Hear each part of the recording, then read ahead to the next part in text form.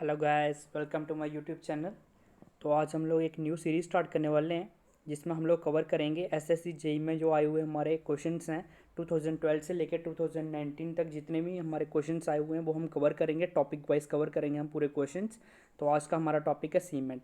तो सीमेंट के रिलेटेड मैंने एक्सपेक्टेड एमसीक्यू की जो सीरीज़ थी वो अप्रॉक्सीमेटली ख़त्म हो गई है। उसकी सारी वीडियो आई थिंक अपलोड कर दी है मैंने। अगर उसके कोई एमसीक्यूज़ वगैरह आपका अगर कोई कमेंट्स वगैरह में आता है कि और एमसीक्यूज़ वगैरह देखने हैं तो उसके ऊपर हम नई वीडियो बनाएंगे। नहीं तो उस वीडियो को मतलब मोस्ट प्रॉब्ली हम लोग इस यहीं पे सीमेंट के जो एक्सपेक्टेड एमसीक्यू हैं वो वहाँ पे एंड कर देंगे। और उस सीरीज़ में हम लोग नए मटेरियल लेके आएंगे, लाइम के ऊपर आप वीडियो बनाना स्टार्ट करेंगे हम लोग, न्यू मटेरियल जो है उसमें। तो अभी मैंने यहाँ पे एसएससी जेई के रिलेटेड जितने भी एमसीक्यूज़ आए हुए हैं सीमेंट में, तो वो उसकी मैं एक टॉपिक वाइज पूरे कवर करूँगा इसको। एसएससी जेई में जो 2012 से लेकर 2019 तक जितने भी एमसीक्यूज़ पूछे गए हैं तो पूरा टॉपिक वाइज वीडियो बनाएंगे उसके ऊपर। तो अभी हमने सीमेंट को वहाँ पे देख लिया, एक्सपेक्टेड एमसीक्यू क्वेश्चंस जो है हमने देख लिए हैं। तो अब हम लोग सीमेंट के ऊपर जो मतलब एसएससी जेई में क्वेश्चंस पूछे गए हैं 2012 से लेकर 2019 तक, तो उनको पेपर बाई पेपर पूरा एनालाइज करेंगे। तो आज मैं आप लोगों को 2012 और 2013 में जितने भी एमसीक्यू सीमेंट के रिलेटेड आए हुए हैं तो वो करवाऊँगा आज आपको मैं। और हमारी जो ऐसे वीडियोस चल रही हैं, रेगुलर वीडियोस हैं एस्टिमेशन की, तो रेगुलर अपलोड होती रहेंगी। और दूसरी जो हमारी सीरीज़ है एक्सपेक्टेड एमसीक्यू, तो उसमें सीमेंट हमने मोस्ट प्रोबेबली मैंने आपको बताया कि ख़त्म कर दिया है। तो उसमें अब हम लोग लाइन को स्टार्ट कर देंगे। तो अगर आप लोगों को कोई और बिल्डिंग मटेरियल्स पहले पढ़ना है तो आप मुझे कमेंट करके बता सकते हो, नहीं तो हम लोग लाइन को शुरू कर लेंगे। ठीक है, तो करते हैं आज की वीडियो को शुरू।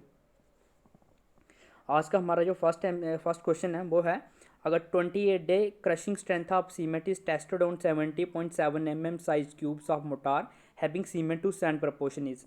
तो इसमें हमें पूछ रहे हैं जो 28 डे क्रशिंग स्ट्रेंथ होती है सीमेंट की, जिसको हम लोग मतलब टेस्ट करते हैं यूटीएम पे, UTM machine, universal testing machine पे टेस्ट करते हैं हम लोग कंप्रेसिव स्ट्रेंथ का।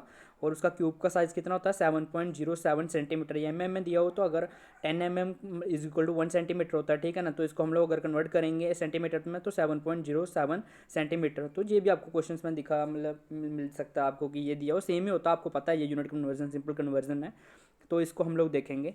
तो इसका ऑप्शंस देख लेते हैं, सीमेंट टू सैंड कौन सा प्रोपोर्शन लेंगे। तो फर्स्ट ऑप्शन है हमारे पास 1:5, सेकंड है 1:6, थर्ड है 1:3 और फोर्थ है 1:4। तो इसका जो करेक्ट प्रोपोर्शन होता है वो होता है 1:3 प्रोपोर्शन हम लोग लेते हैं। ठीक है, तो इसके रिलेटेड मैं आपको बता देता हूँ। तो ये एक मतलब जो टेस्ट कैसे करते हैं, तो इसमें हम लोग क्या करते हैं, वेट ऑफ सीमेंट सैंड का जो हम लोग वेट लेते हैं वो लेते हैं 550 ग्राम सीमेंट से सैंड लेते हैं हम लोग। और इसका वाटर सीमेंट रेशियो जो लेते हैं हम लोग लेते हैं 0.4। तो हमें इसका प्रोपोर्शन पता है 1:3 होता है, तो हम उससे सीमेंट का वेट जो है निकाल सकते हैं। तो उसके बाद में इसकी हम लोग पेस्ट बनाते हैं और उसको क्या करते हैं वाटर में इमर्स कर देते हैं कितने 7 डेज़ के बाद। तो उसके बाद में हम लोग क्या करते हैं, इसको निकालते हैं और उसके बाद इसकी हम लोग स्ट्रेंथ चेक करते हैं 3 डेज़ में, मतलब 3 डेज़ में भी चेक करते हैं, 7 डेज़ में चेक करते हैं और 28 डेज़ में 3 क्यूब्स बनाते हैं। तो डिफरेंट डिफरेंट डेज़ के बाद हम लोग इसको चेक करते हैं। ठीक है, तो उसकी हम लोग उसकी क्या करते हैं स्ट्रेंथ को नोट कर लेते हैं। ठीक है, तो इसमें हम लोग मैंने अभी आपको बताया कि स्टैंडर्ड मिक्सचर लेते हैं सीमेंट का और मतलब सीमेंट का और सैंड का। तो आजकल अगर मैं आप अभी ऐसे पूछा, आप ये भी पूछा जा सकता है कि नाउ अ डे स्टैंडर्ड जो सीमेंट है तो वो कहाँ से हम लोग लेते हैं, तो वो लेते हैं हम लोग मद्रास से। और ये मतलब स्पेसिफिक कौन सी जगह है जहाँ से वो लेते हैं, इनौर से लेते हैं। ठीक है, तो ये भी आपको पूछा जा सकता है कि अभी मतलब जो हम लोग स्टैंडर्ड सैंड लेते हैं तो वो इंडिया में कहाँ अवेलेबल है, कहाँ से मतलब ऑब्टेन किया जाता है, तो मद्रास से होता है। ठीक है, इनौर जगह का नाम है। तो आप लोगों को इसका भी ध्यान रखना है। ठीक है, तो ये रेफरेंस के लिए, ये रेफरेंस भी मैं आपको बिल्कुल दे के रखूँगा। जो मैं बता रहा हूँ कुछ चीज़ें हैं जो आपको मतलब कि वीडियो में ही मतलब देखने से समझ आए, सुनने से कुछ जो एक्स्ट्रा बता रहा हूँ। बाकी कुछ जो मेन मेन चीज़ें हैं मतलब एमसीक्यू को रिलेटेड तो वो इसमें भी आपको मिल जाएंगी। ठीक है, तो आप इसका स्क्रीनशॉट ले सकते हैं बाद में। नेक्स्ट क्वेश्चन है हमारे पास, for Portland cement of 43 grade 28 day mean compressive strength should not exceed. Not यहाँ पे हमें से शुड नॉट होगा, शुड नॉट एक्सीड कितनी नहीं एक्सीड करनी चाहिए। तो फर्स्ट ऑप्शन है 38 मेगा पास्कल। अगर मेगा पास्कल की बात करें तो मेगा पास्कल का सेकंड यूनिट क्या होता है या आप मुझे बताएंगे, दूसरा इसको मतलब मेगा पास्कल और क्या लिख सकते हैं कमेंट्स में आप मुझे बताइएगा। सेकंड है 33 मेगा पास्कल, थर्ड दिया हुआ है 22.5 मेगा पास्कल और फोर्थ दिया हुआ है 43 मेगा पास्कल। तो इसका आंसर क्या होता है आपको बताना है कि जो ऑर्डिनरी पोर्टलैंड सीमेंट होता है जो उसका 43 ग्रेड होता है, तो उसकी जो मीन कंप्रेसिव स्ट्रेंथ हम लोग निकालते हैं 28 डेज़ के बाद जो हम लोग करते हैं। तो कंप्रेसिव स्ट्रेंथ, तो अभी अभी मैंने बताया कि कंप्रेसिव स्ट्रेंथ कौन सी मशीन पे करते हैं, उसको भी आप मुझे नीचे कमेंट में बताइएगा कि कौन सी मशीन होती है जिसमें हम लोग टेस्ट करते हैं।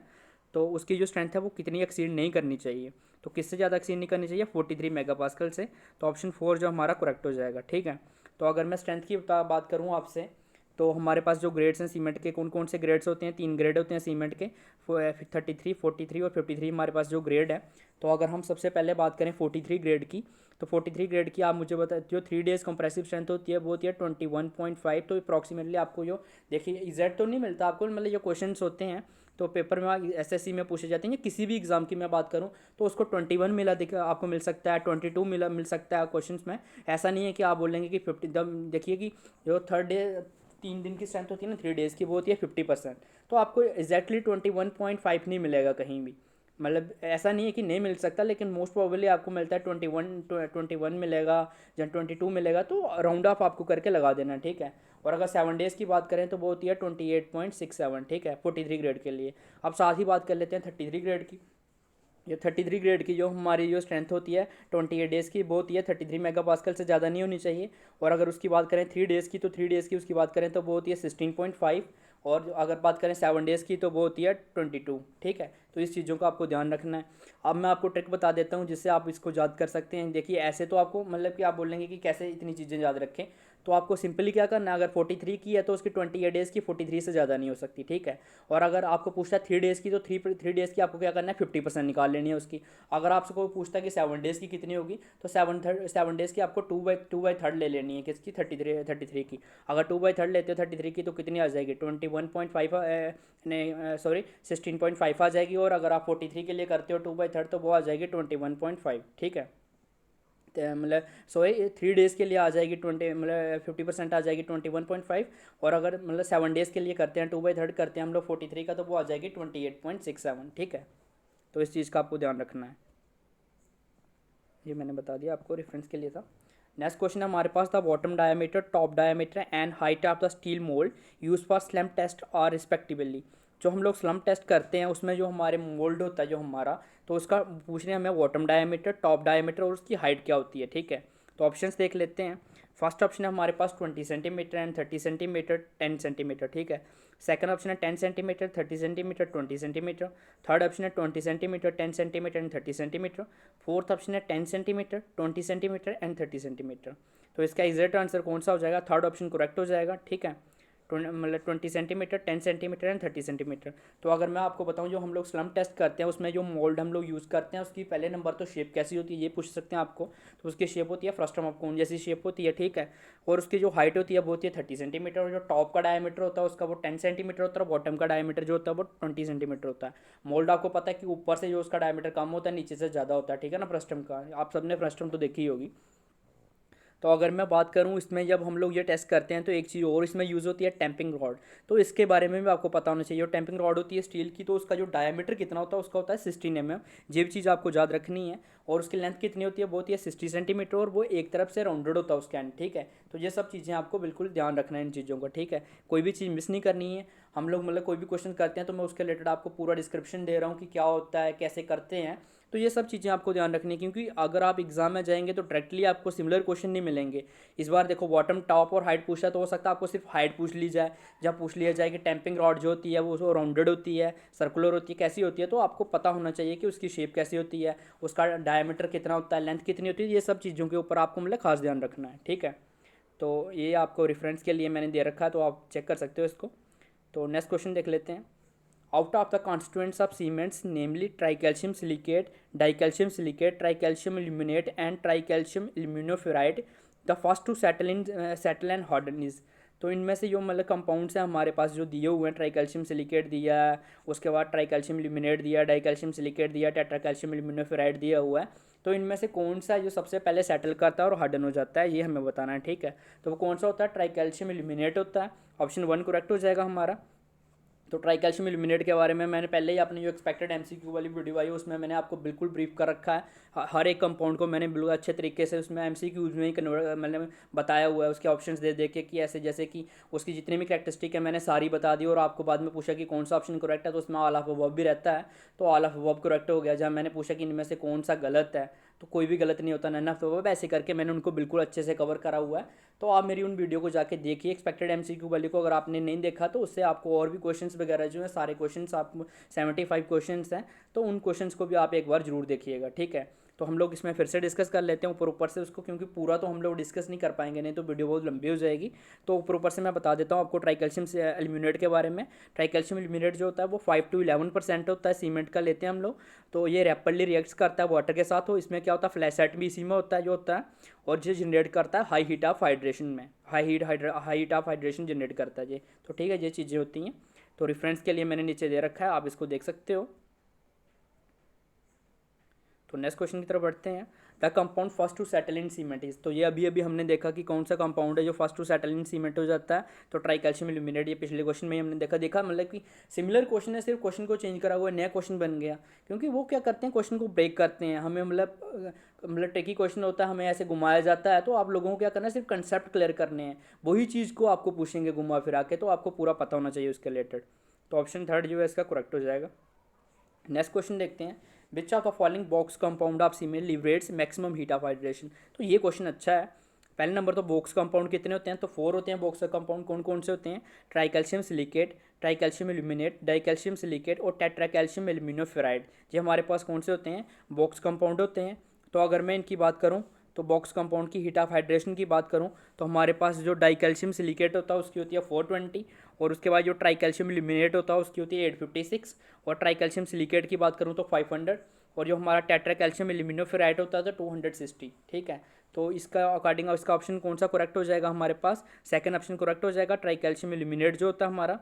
तो अगर मैं बता करूँ अर्ली स्ट्रेंथ के, मतलब जो अर्ली में जल्दी जो मैक्सिमम हीट हाइड्रेशन जनरेट करता है, तो वो कौन सा होता है अर्ली स्टेजेस में, वो होता है टेट्राकैल्शियम एल्यूमिनोफेराइड होता है। तो ये मैंने ग्राफ भी दे रखा है, तो आप इसमें से देख सकते हो कि इसकी कितनी होती है। तो नेक्स्ट क्वेश्चन की तरफ बढ़ते हैं। The amount of water used in performing setting time test of cement. तो जो हमारे सेटिंग टाइम टेस्ट होते हैं कितने होते हैं, आप मुझे कमेंट में बताइएगा कि सेटिंग टाइम टेस्ट कितने होते हैं। तो इस क्वेश्चन को देख लेते हैं, आगे ऑप्शंस क्या हैं इसके। फर्स्ट है 0.85p, सेकंड है 0.80p, थर्ड है 0.60p और फोर्थ है 0.75p। तो कितना अमाउंट ऑफ वाटर हम लोग लेते हैं परफॉर्मिंग करने के लिए सेटिंग टाइम टेस्ट को, तो वो होता है 0.85p। तो जो पी होता है यहाँ पे, ये क्या होता है, पी होता है स्टैंडर्ड कंसिस्टेंसी ऑफ सीमेंट होता है। ठीक है, तो ऑप्शन 1 जो हमारा करेक्ट हो जाएगा। तो रेफरेंस के लिए मैंने ये दे रखा है आपको। नेक्स्ट क्वेश्चन की तरफ बढ़ते हैं। Gypsum is used in cement manufacturing acts as, जो हम लोग जिप्सम यूज़ करते हैं सीमेंट की मैन्युफैक्चरिंग में, वो क्या एक्ट करता है। तो ऑप्शंस देखते हैं। सबसे पहला ऑप्शन दे रखा है एक्सेलेटर, सेकंड दे रखा है एयर इंट्रेंडिजेंट, थर्ड दे रखा है हमें प्लास्टिसाइजर और फोर्थ दे रखा है रिटार्डर्स। तो जिप्सम जो हम लोग यूज़ करते हैं सीमेंट मैन्युफैक्चरिंग में, वो एक्ट करता है एज अ रिटार्डर। ठीक है, तो इसका ऑप्शन जो है फोर्थ जो है वो करेक्ट हो जाएगा। अब रिटार्डर्स क्या होते हैं, ये आपको पता होना चाहिए, ये पूछ सकते हैं। रिटार्डर्स वो होते हैं जो डिले करते हैं या एक्सटेंड करते हैं किसको, सेटिंग टाइम ऑफ सीमेंट की जो पेस्ट होती है उसको जो डिले या एक्सटेंड करने के लिए यूज़ आते हैं, वो होते हैं रिटार्डर्स। ठीक है, तो अगर मैं रिटार्डर्स की बात करूँ तो कैल्शियम का मतलब अपना कैल्शियम कार्बोनेट हो गया, उसके बाद में कार्बोहाइड्रेट्स हो गए, तो ये सारे जो है कैल्शियम क्लोराइड हो गया, ये सारे हमारे जो है रिटार्डर्स हैं। ठीक है, तो ऑप्शंस के लिए आपको मैंने यहाँ पे ये देख सकते हो आपकी एग्जांपल जो है रिटार्डर्स वगैरह, कार्बोहाइड्रेट्स वगैरह आ गया, तो ये सब मैंने अभी आपको बता दिया, तो आप इसको रेफरेंस के लिए यूज़ कर सकते हो। नेक्स्ट क्वेश्चन देखते हैं। Which of the following cement is suitable for use in urgent repairs of existing massive concrete structures such as large dams. जो हमारे पास लार्ज डैम्स होते हैं या कोई हमारे पास इमरजेंसी वर्क होता है, तो उसमें जो अर्जेंट रिपेयर्स चाहिए होती है, मतलब हमें जल्दी से जल्दी उनको रिपेयर करना होता है। आपको पता है कि अगर डैम को हम लोग जल्दी से जल्दी, अगर उसमें कोई फॉल्ट आता है, रिपेयर नहीं करेंगे तो उसका खतरा कितना होता है, अगर डैम कोई बांध टूटता है तो कितनी उससे डिस्ट्रैक्शन होगी। तो उसमें हम लोग जल्दी से जल्दी कौन सा सीमेंट यूज़ करते हैं ताकि हमें स्ट्रेंथ वापस मिल सके और उसको हम लोग रिपेयर कर सकें। तो ऑप्शंस देख लेते हैं इसके। फर्स्ट है ऑर्डिनरी पोल्ड सीमेंट, सेकंड है रैपिड हार्डनिंग सीमेंट, थर्ड है लो हीट सीमेंट और फोर्थ है सल्फेट रेसिस्टिंग सीमेंट। तो जो हमें अर्जेंट वर्क्स में रिपेयर्स करने होते हैं एग्जिस्टिंग स्ट्रक्चर को किसी भी, तो जल्दी से जल्दी हमें स्ट्रेंथ चाहिए, तो उसके लिए हम लोग यूज़ करते हैं रैपिड हार्डनिंग सीमेंट को। ठीक है, तो ऑप्शन सेकंड जो हमारा करेक्ट हो जाएगा यहाँ पे। तो नेक्स्ट क्वेश्चन की तरफ बढ़ते हैं। You are asked to construct a massive concrete dam, the type of cement you will use is. ठीक है, तो आपको बोल रहे हैं कि अगर आपको कोई मैसिव कंक्रीट डैम की कंस्ट्रक्शन करनी है तो आप कौन सा सीमेंट यूज़ करेंगे। ठीक है, तो ऑप्शंस देख लेते हैं कौन कौन से ऑप्शन हमारे पास हैं। ऑर्डिनरी पोलैंड सीमेंट यूज़ करेंगे आप, rapid hardening Poland cement use करेंगे, या लो हीट सीमेंट यूज़ करेंगे, या blast furnace slag cement use करेंगे। तो कौन सा सीमेंट हम लोग यूज़ करते हैं अगर हम लोग कोई कंक्रीट डैम्स वगैरह, मतलब कंक्रीट डैम वगैरह की कंस्ट्रक्शन करनी हो, तो लो हीट सीमेंट को हम लोग रिफ़र करेंगे सबसे पहले। अगर लो हीट सीमेंट नहीं है तो फिर हम लोग ब्लास्ट फर्नेस स्लैग सीमेंट को भी लगा सकते हैं अगर ऑप्शन में आपको अवेलेबल ना हो। ठीक है। तो लो हीट सीमेंट बेसिकली कैसे बनता है, सबसे पहले तो ये ही एक क्वेश्चन नहीं है, मतलब मैंने आपको बताया ना कि मैं आपको जो मतलब कि इसके रीज़न बताऊंगा वो भी क्वेश्चन ही हैं, क्वेश्चन ही बन सकते हैं उसके। तो आपको हर एक चीज़ के ऊपर ध्यान रखना है, जो मैं बता रहा हूँ अच्छे से सुनना है। तो आप उसका स्क्रीनशॉट ले सकते हो और जो एक्स्ट्रा बताता हूँ तो उसको लिख लीजिएगा, क्योंकि ये क्वेश्चन ही आपको डायरेक्टली बाद में देखने को मिलेंगे एग्जाम में, ठीक है।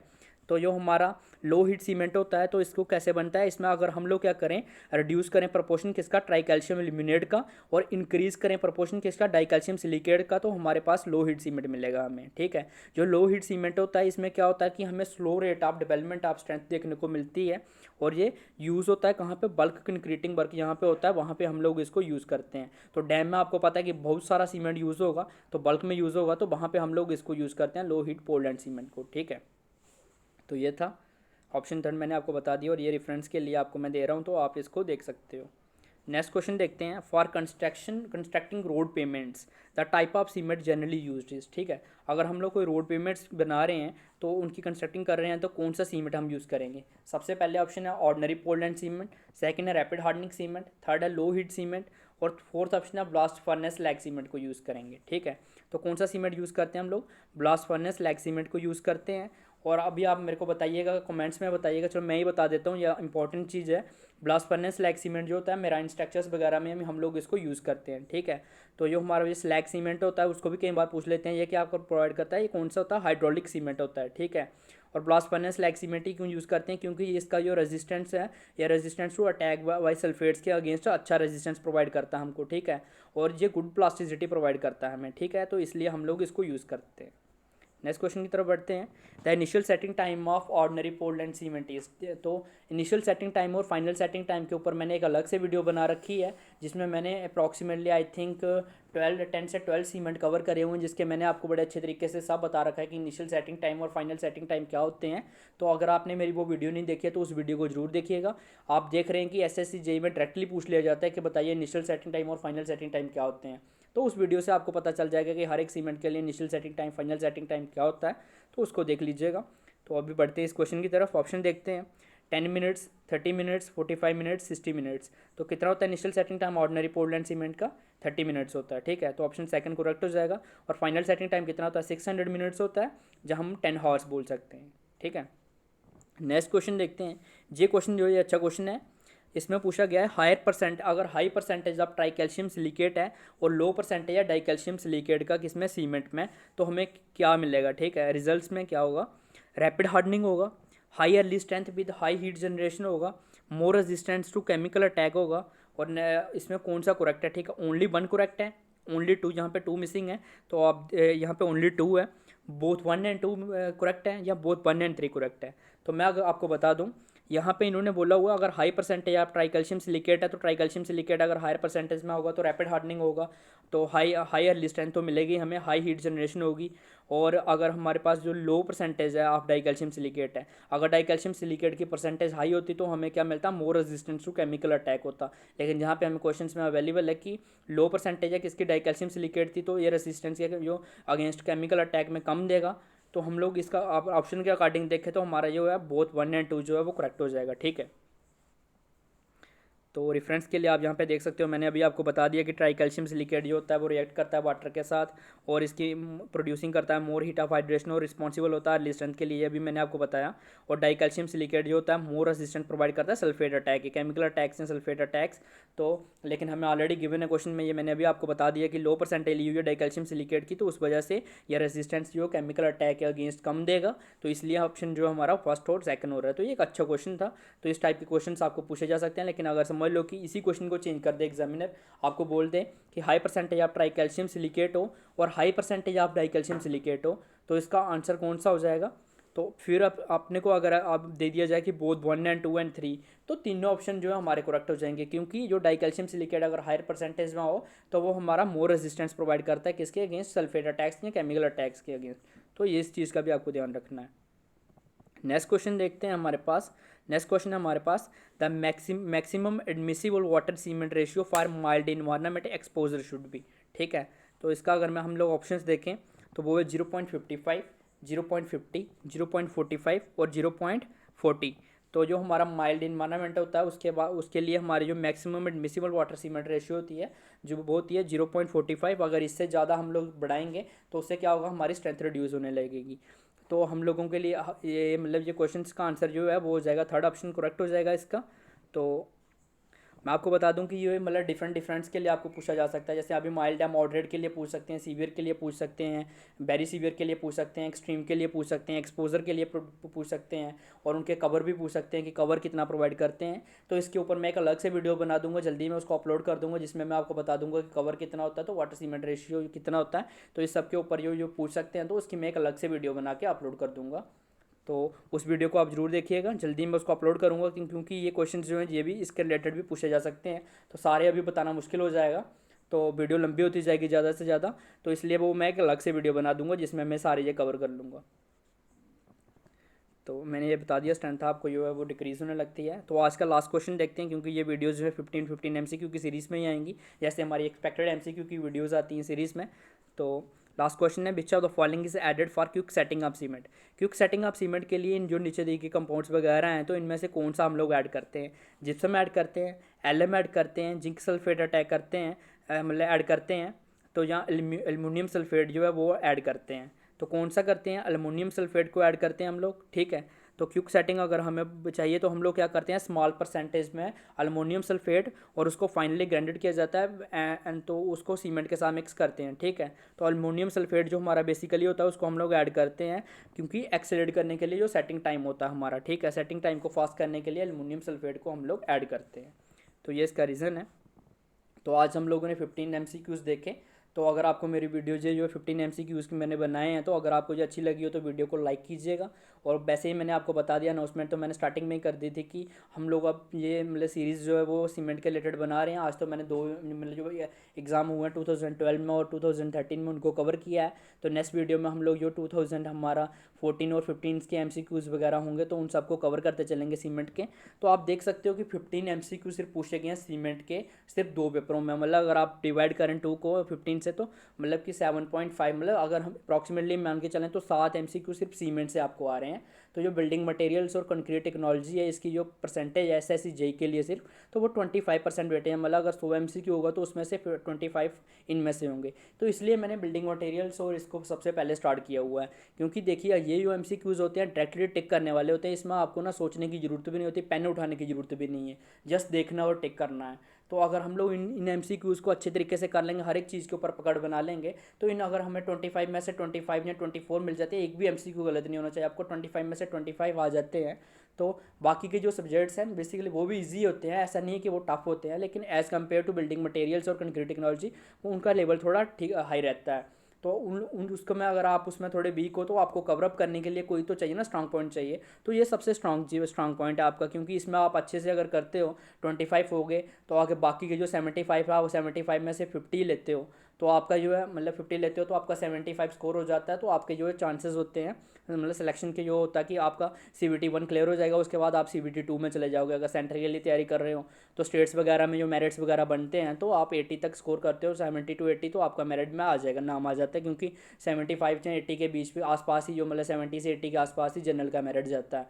तो अगर आपकी कैटेगरी है तब तो वेल एंड गुड है, तब तो आपका 60 पे भी सिलेक्शन हो सकता है।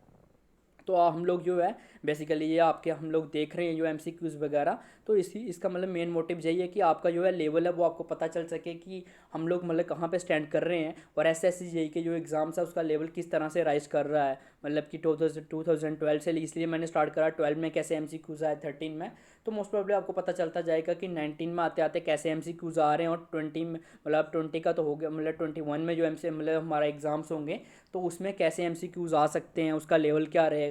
तो इन सब चीज़ों को आपको पता चल जाएगा।